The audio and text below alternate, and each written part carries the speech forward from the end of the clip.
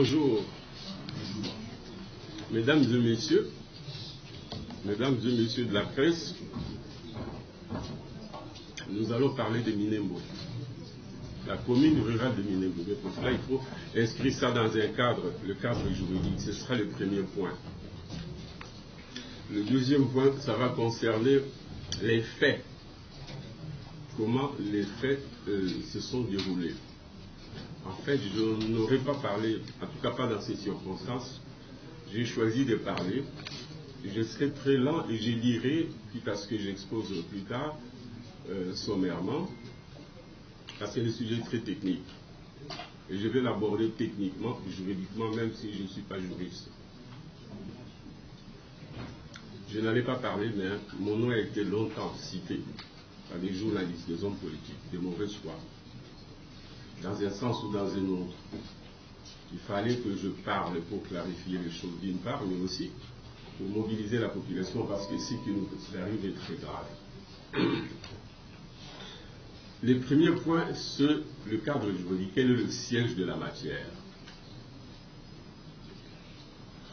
Conformément à l'article 3 de la Constitution de notre pays, la commune est une entité territoriale décentralisée, dont les modalités d'organisation et de fonctionnement sont fixées par l'article 64 de la loi organique du 7 octobre 2008. Portant organisation, composition et fonctionnement des entités territoriales décentralisées et les rapports avec l'État et les provinces. Une commune, de manière générale, mais surtout une commune rurale, c'est quoi? C'est soit un chef-lieu de territoire. Un chef-lieu de territoire, quel qu'il soit, est déjà une commune rurale. C'est soit une subdivision de la ville, Matete, Ngassani, etc. Soit encore une population ou une agglomération ayant une population de plus de 20 000 habitants, à laquelle un décret du Premier ministre aura conféré les statuts des communes rurales sous les conditions de forme ci-après. Donc c'est soit chef-lieu d'un territoire, chef-lieu, donc une agglomération représentant le chef-lieu d'un territoire, soit une entité dans une ville, une subdivision d'une ville, c'est soit encore une agglomération, qui n'est pas un chef-lieu du territoire, mais qui a plus de 20 000 habitants, à laquelle, parce que pour ce qui est du chef-lieu du territoire, le Premier ministre ne donne plus la qualité. Enfin, il est bien tenu. J'avais dit, il ne donne plus la qualité. Mais alors, pour cette agglomération de plus de 20 000 habitants,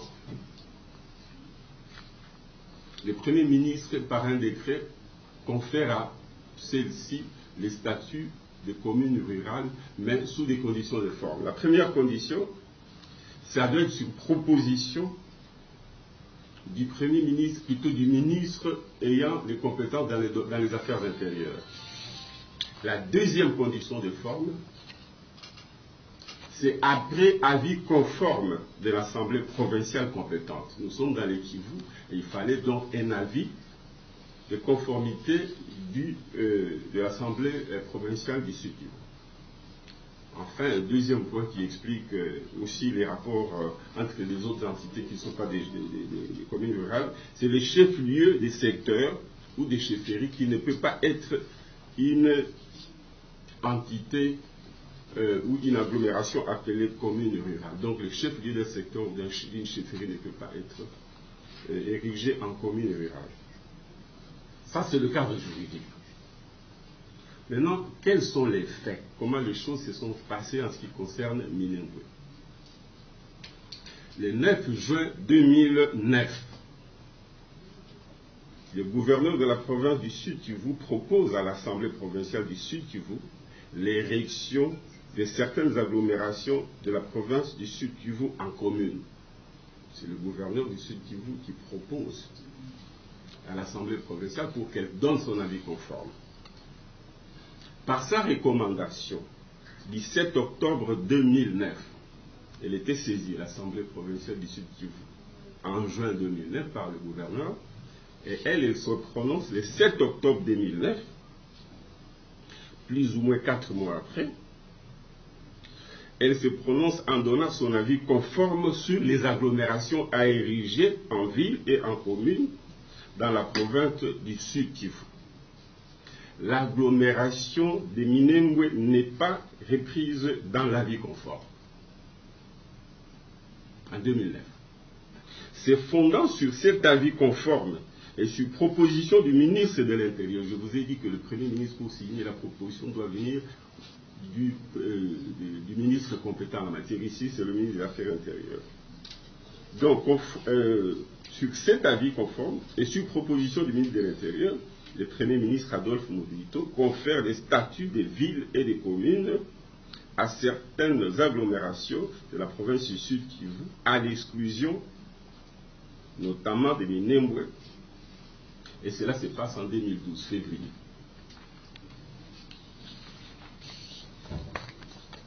En juin 2013, soit une année et demie environ, en juin 2013, par décret, sur proposition du ministre compétent des Affaires intérieures, le Premier ministre Matata abroge le décret de son prédécesseur, Adolphe Muzito.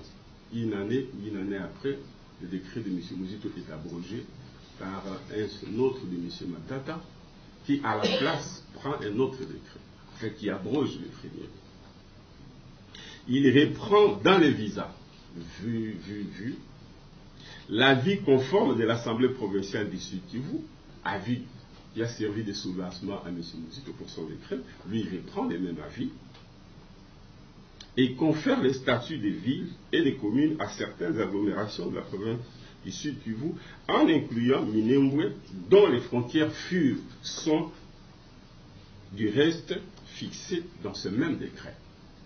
Le paradoxe, on aura peut-être le temps d'y revenir, c'est qu'il se réfère à un avis conforme de l'Assemblée provinciale du Sud Kivu qui ne prévoit pas Minembwe. Lui met ça dans son décret et il va jusqu'à mettre les frontières de Minembwe.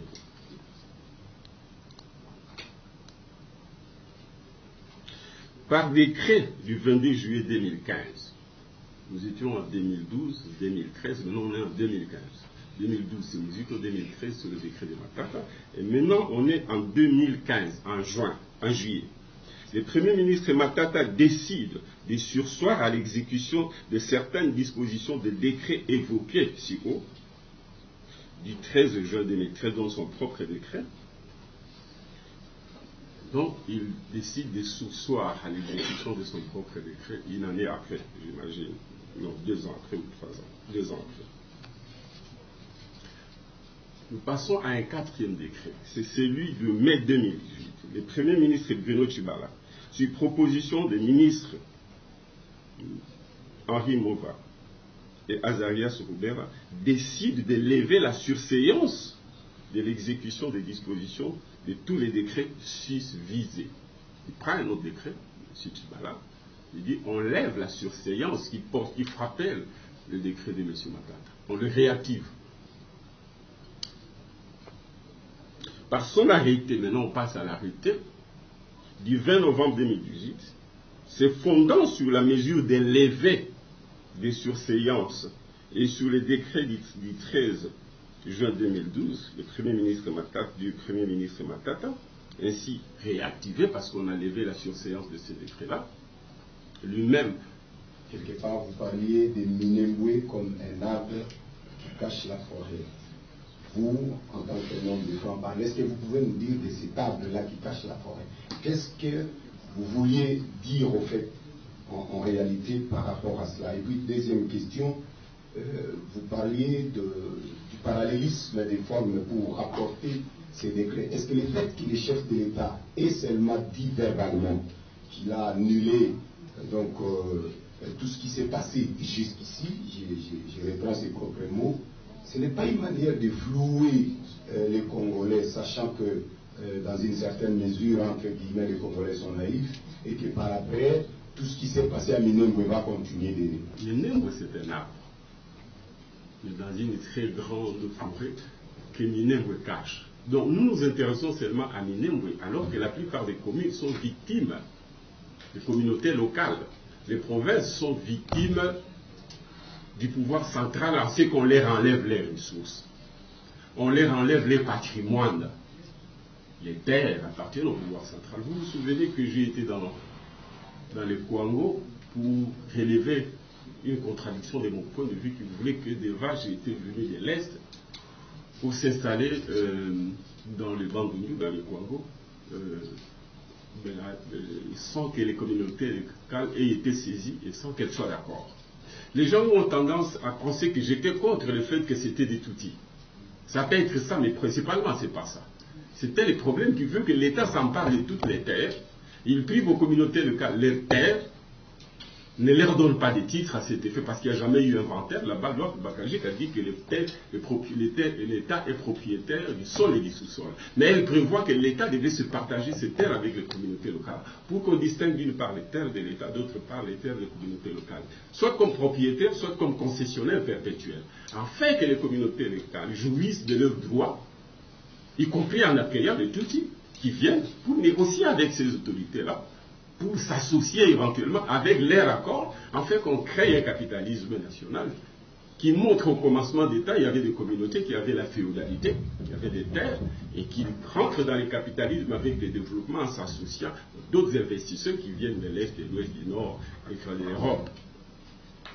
Cette situation veut que quand les gens viennent, ça pouvait être des gens qui viendraient par exemple de Massimanimba, vers le Kwango, ou qui viendraient d'ailleurs, du Bandundu, dans le Bas-Congo, auprès des localités, qui seraient entrés en conflit, parce que ces personnes, de manière générale, seraient venues dire que c'est des terres vacantes, ou dire qu'elles venaient du pouvoir central, et ça créerait un conflit. Nous sommes devant cette situation-là, où il y a d'une part un conflit entre l'État qui a pris toutes les terres et les communautés locales qui ont laissé vassaliser. Ça vous concerne, parce que vous êtes tous des descendants d'une lignée qui a des terres à l'arrière-pays, mais vous n'avez pas de titres, ni vous, ni vos propriétés intérieures. Tout appartient à l'État. Et l'État, c'est qui? L'État, c'est qui? C'est Kabila, c'est Mouzito et les Kalou. C'est ce qui fait qu'ils s'emparent des terres, propriétés minières, foncières, ils s'associent avec des investisseurs, ils entrent dans l'actionnariat, et les communautés locales ne sont pas dans l'actionnariat pour quatre. C'est comme les Batéké ici. Ils ont été propriétaires, mais comme il n'y avait pas un projet politique pour les aider à entrer dans l'actionnariat de beaucoup d'entreprises qu'on a hérité du pouvoir colonial ici à Kinshasa, ils ne sont pas des patrons, ils ne sont pas actionnaires, ils ne sont pas dans l'économie moderne. Voilà donc ce qui s'est passé, qui ne s'est pas ramené. Il y a un problème des terres, le problème des jouissances et des droits des communautés locales, parce que c'est ça qui énerve les communautés locales, qui voient leurs terres confisquées, qui voient leurs terres occupées, comme elles ont été occupées par les Léopoldais. Ça continue avec les nouveaux Léopoldais qui occupent les terres, qui les cèdent à qui ils veulent, ou qui s'en emparent, ou qui forment un capital là-dessus, sans que les communautés locales. Ça, c'est la propriété terrienne. Mais il y a aussi les ressources, les 40%. C'est confisqué par le pouvoir central. Soit que ce n'est pas versé, soit c'est versé suivant la volonté des gens du pouvoir central, qui prennent les décisions à la place des communautés locales, surtout à la place des provinces, pourtant qui ont des compétences exclusives, l'enseignement, la santé, l'agriculture. Voilà ce que je trouve comme forêt, l'essor des communautés locales, l'essor des provinces, qui ont des pouvoirs, qui ont des domaines, et pour lesquels la décision vient de Kinshasa, et surtout des dirigeants politiques sans respect des procédures, et qui en fait agissent à titre personnel pour s'accaparer des droits, ou pour faire plaisir à ceux qu'ils considèrent comme étant les leurs. République, vous l'appelez président de la République, je vous les concède, mais nous ne reconnaissons pas son pouvoir, ni le pouvoir des institutions actuelles. Je l'ai dit ici, c'est sous l'hypothèse que nous étions en situation de légalité, voilà ce qu'il aurait pu faire. Mais maintenant, je pense que, il ne peut pas décider, parce que c'est pas la procédure pour le président de la République de décider, de l'agir par ordonnance. D'une part et d'autre part, il doit promettre qu'il va. Quand il l'a promis en disant qu'il va annuler ou qu'il annule, il n'a pas le pouvoir d'annuler verbalement. Il peut annuler par décret, plutôt par ordonnance, et encore en le faisant, il poserait un problème d'illégalité juridique que je viens d'indiquer. Il le ferait politiquement comme il a semblé le vouloir. Mais juridiquement, il sera poursuivi. Ça, c'est d'une part. D'autre part, dans ce qu'il a dit qu'il met en place une commission. Nous sommes dans une matière de gestion. Le chef de l'État n'est pas un gestionnaire de la République. C'est le gouvernement, à travers le Premier ministre et ses ministres, qui devait mettre en place à sa demande. Dit, bien sûr, ça ne doit même pas être un ordre, parce qu'il serait en train d'interférer. Il avait demandé au Premier ministre, il y a tel problème, essayez d'examiner dans le cadre de vos compétences avec votre gouvernement, et dites à la République qu'est-ce qu'on doit faire, qu'est-ce qui doit être. Ça, c'est le garant du fonctionnement des institutions qui doit s'adresser à une des institutions pour dire comment vous pensez résoudre ces problèmes. C'est ce qui devait se passer. Maintenant, en créant la commission, si cette commission prend une décision, qui va l'appliquer? Il ne va pas donner un ordre au gouvernement pour appliquer une décision qui aura été élevée à son niveau par ses conseillers avec cette commission, quelque indépendante soit cette commission-là. Donc, encore une fois, il rentre dans les prérogatives de la gestion courante du gouvernement. Et je pense que là-dessus, il se met le doigt dans l'œil. Malheureusement, il n'y a personne pour les constater. Moi, encore le journaliste. Au Bobengi, président de la République, M. Tshisekedi, Azali n'a beaucoup dit. La kozelisa te ke mutu oyo basi batie na bakonzi mosusu oyo ase oyo abali na compétence même soki barespecte compétence yango te akoka kosala mosala te n'a pas le droit. La texte ezala na application aussi l'application nango ntango bakonzi oyo basengeli kozwa mikano oyo babengi parallélisme de forme bazwi nsima bakoloba na bao wana bakoka kosala su te na banzi baosha mosusu. Mais tout ça dépend, est-ce que bako abroger, est-ce que bako annuler, bako retirer. Mais bah effet tant monsieur Rotikala, la batouana pour balobake, bazalaka, ba gouverneur na vice-gouverneur. Donc azali na pouvoir, on a te attends quoi ça on a pouvoir on a attends wa lobi nikoloba na ko décision ezoli na noté. Tous zoaté le roi ndenge il y a un père président baki attends wa Mobutu a dit bon biloko ekiti masanga ekiti Ekiti. Baoyo basengeli ba appliquer nzokanda lobi nde maloba. Ministre oyo compétent économie akoki kozwa décision assigner mikanda vis-à-vis ya entreprise wana batali ekutu ata kosala te. Wana ezali première réponse. Maintenant, ebongaki atika gouvernement, il y a le gouvernement qui doit engager procédure pour bolongola ordon akoki koloba premier ministre. Soki premier ministre ye na ye bazala bomoko. Na boyebi ndenge makambo ezali kati na bango tokoloba no retire ordonnance wana po ezali boyeboye nabaki awa ke tokoki koporte plainte te na conseil d'état mpona akoka koannule mibeko wana mpona delese leki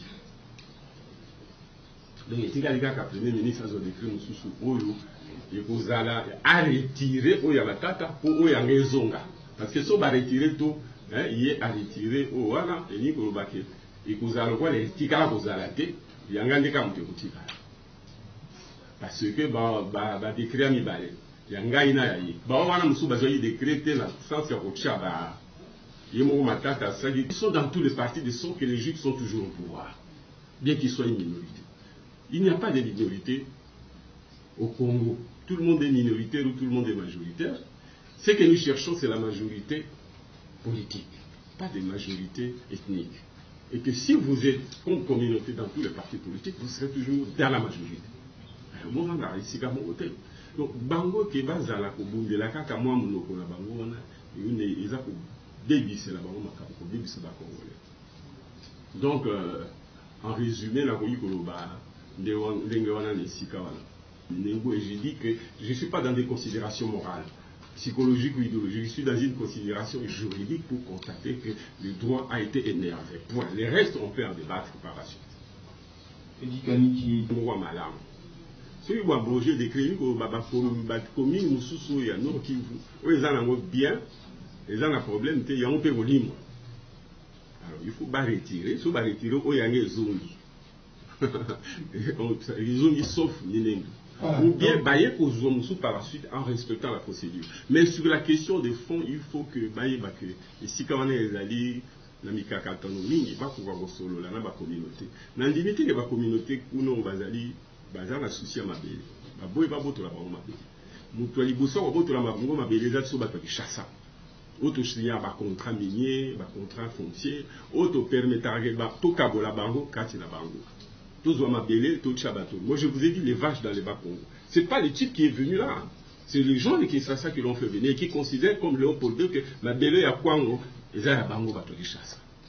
C'est ce qui a fait que, par exemple, le parc Bokangalo, encore que ce n'était pas dans les compétences du pouvoir central, c'était compétence de la province qui pouvait s'associer pour créer cette unité qui était agro-industrielle.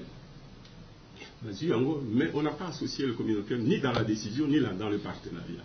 Donc, on a dit que la Baningo Wana, le plus important c'est de discuter, local, va discuter, et que l'État a l'ongola dit sous-moi, yémo, au bout de la bande, et puis tant sous entre les dirigeants, peut-être la communauté locale, on a tinaté que Baninga Wana va bien à Bango, to va bunda entre les bango, Baninga va la rassurer la propriété foncière na Bango, et que ceux qui va au Bazaya, Baye, le quoi, on a besoin de m'abeler, va Somba, va respecter les bécos. D'ailleurs, la senga qui que bateau baïki na ba vache, ba kokako Somba m'abeler, la colo m'abeler, ceux qui m'abeler, on est à la communauté locale dans le coin. Dans l'hypothèse, lui remplirait les conditions aujourd'hui des fonds, c'est-à-dire plus de 20 000 habitants. Il faudra maintenant passer à la condition, si vous voulez, à la condition de forme, qui consiste que les communautés locales soient d'accord. Et qui dit communauté dit assemblée provinciale. Et qui dit assemblée provinciale dit avis de conformité pour dire que Bakoki cause à la commune rurale. Or, si les communautés locales ne sont pas d'accord, comme tu sembles le dire, ben, il n'y aura pas de Minembwe comme commune rurale, s'il te plaît. Et si les communautés locales sont d'accord, mais les Congolais d'une manière générale ne sont pas d'accord justement. Mais maintenant, les Congolais, écoutez-moi bien, les Congolais vont s'en prendre à la loi qui dit que ce sont les communautés locales, à travers l'Assemblée provinciale, qui décident de l'attribution de la communauté, du statut des communes à une entité, à une agglomération donnée. C'est la loi qui le dit. Ce n'est pas cette Assemblée qui le dira. L'Assemblée va regarder, va exprimer son avis conforme pour dire oui ou non. Ça veut dire que ce sont les communautés locales qui disent qui sera agglomération, qui sera plutôt agglomération communale, et qui sera ville, qui sera commune urbaine. Voilà. Donc c'est à eux que revient. D'où la problématique que je pose ici. Le pouvoir d'en haut confisque le pouvoir des gens d'en bas. Si nous les restituons le pouvoir, nous disons il faut les interroger, il faut les poser. Il n'y a personne qui change, même le Premier ministre. Mais si les communautés sont d'accord, le gouvernement et le Premier ministre peuvent dire non parce que telle condition n'est pas remplie. Est-ce que ça entre bien? Oui. Si les communautés disent que c'est ça qu'il faut faire, le gouvernement peut dire je ne fais pas ça parce que vous vous êtes trompé ici, parce qu'il a une compétence liée. Mais si elles disent non, vous ne pouvez rien faire. C'est comme moi je n'ai rien fait. Mais par contre, il y a dans mon décret des entités qui ont été choisies et auxquelles j'ai dit non parce que la condition de forme n'y était pas. J'ai une compétence liée.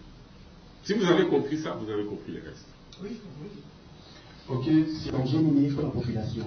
En même temps, l'autre fois, conférence de presse président au Salaka, et plutôt au point de presse précédent au Salaka, on verra que la été faite de la sécurité qui sévit. Le plus important serait de faire la guerre, la Rwanda, au moment, pour que la paix est. Est-ce que plutôt que mener vos amis point de départ pour que la localisation et prendre d'accord la RDC? Merci beaucoup. Pour la question, aussi, c'est l'opinion des Congolais. L'opinion des Congolais, Baza Koloba, Minembwe, ils allaient point de départ à partir duquel Bakobo de la souveraineté na biso. Batwaki Bazo Loba, Banyamulenge, Bao Batondi Kuna, Batuti, Bawuti, Rwanda, des résidents étrangers. Bazar en attendant, c'était Basala Yango, Yako Senga, communauté internationale, na ONU, Babimisa, Bao Baza l'école ya Bao. Yango Baninga na biso situ ba obangela yango. Ngai awa na yikoloba o wana te. Yekozana tango otolobela.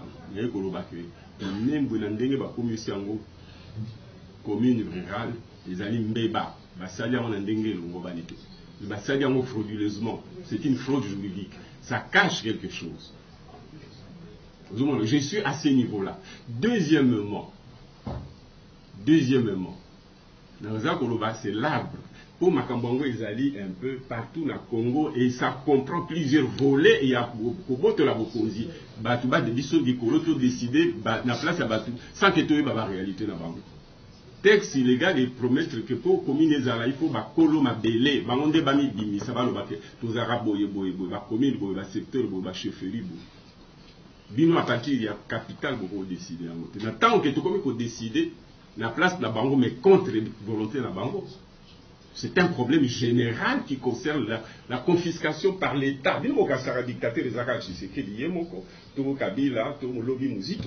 La dictature, ça peut être l'État comme institution dans sa tendance à prendre le pouvoir des autres articulations.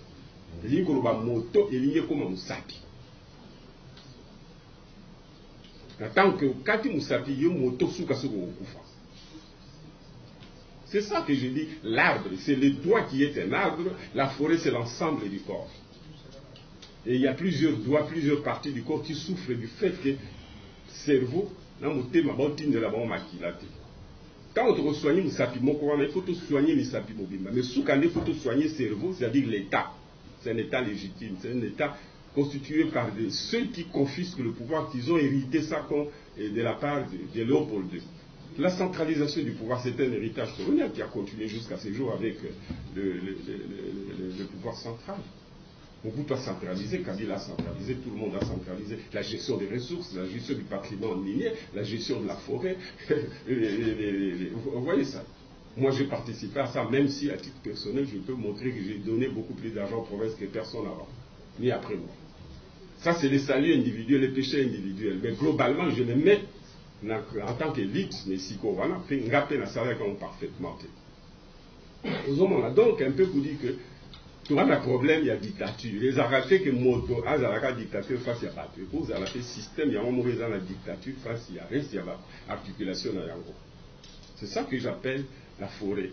Et donc, quand on pose problème, on a tout posé de manière globale. Mais il faut aller ici dans le banc, dans tous les cas, tu vas trouver, il n'y a pas de masse, il n'y a pas de crédit, il n'y a pas d'épargne.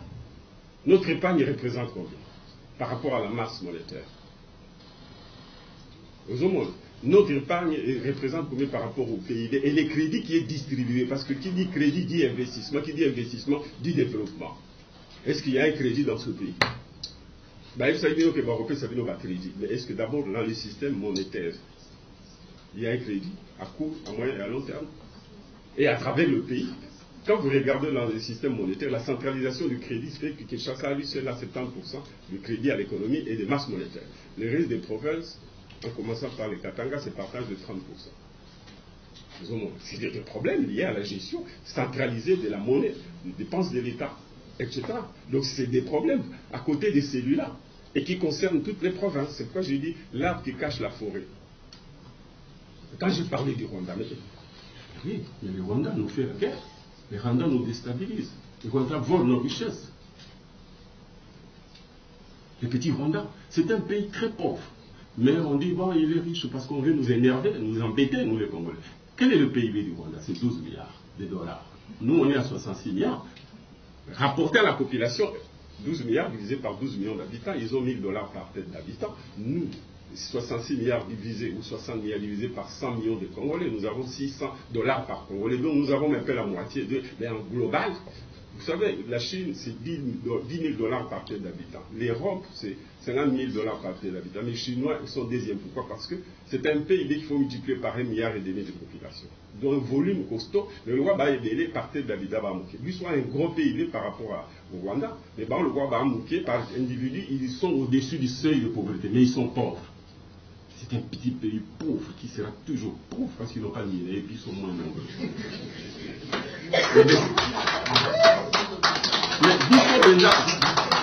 Mais biso toko lia Rwanda to lia ngo 100 fois que Kondi Tété. Est-ce que vous voyez bien? Mais ils sont combien? L'espace vital et la population. Nous sommes à combien là? Ils sont, j'arrondis, 25 000 km². Nous on est 2 500 000 de kilomètres carrés. 2 500 000 km². Donc, à côté, pas 100 fois. Donc, le Rwanda, c'est 1,1% du Congo. Ils sont à 400 au kilomètre carré. Nous, on est à 40 au kilomètre carré. C'est-à-dire, demain, comme ils vont se multiplier, ils seront à 1000 au kilomètre carré. En Europe, la France, ils sont 100 habitants au kilomètre carré. La Belgique, 300 km². Et les Belges seront toujours moins nombreux, même après un siècle. Les Bango, dans 20 ans, ils seront 24 ou 25 milliards, divisé par ces petits espaces, ils seront à 1000. Ils vont venir au Congo, en détruisant le Congo. Ils ne seront jamais riches sans le Congo. Ils devraient être riches, même plus riches, en s'appuyant sur le Congo. Mais ce n'est pas les Congos qui vont faire la guerre pour prendre des miettes qu'on leur demande de prendre pour eux et pour les puissants, comme sous-traitants. Non, il ne faut pas... Vous allez m'énerver, pardonnez-moi. Il ne faut pas simplifier la question. La question est plus profonde, mais le reste, c'est des sous-dits. Tu dois comprendre. Donc, ils ont intérêt à ce que dans le cadre de la CPG, tous à la bien, pour l'obligé d'aller par la biso, pour éviter de revoir qu'à l'océan, tout ça la nuit. Mais il faut tous à la malade pour l'obligé mais dans un état qui est fort et pas faible à cause de. Ils ne peuvent pas les en faire en mettant le Congo en difficulté. Et pas à leur propre intérêt,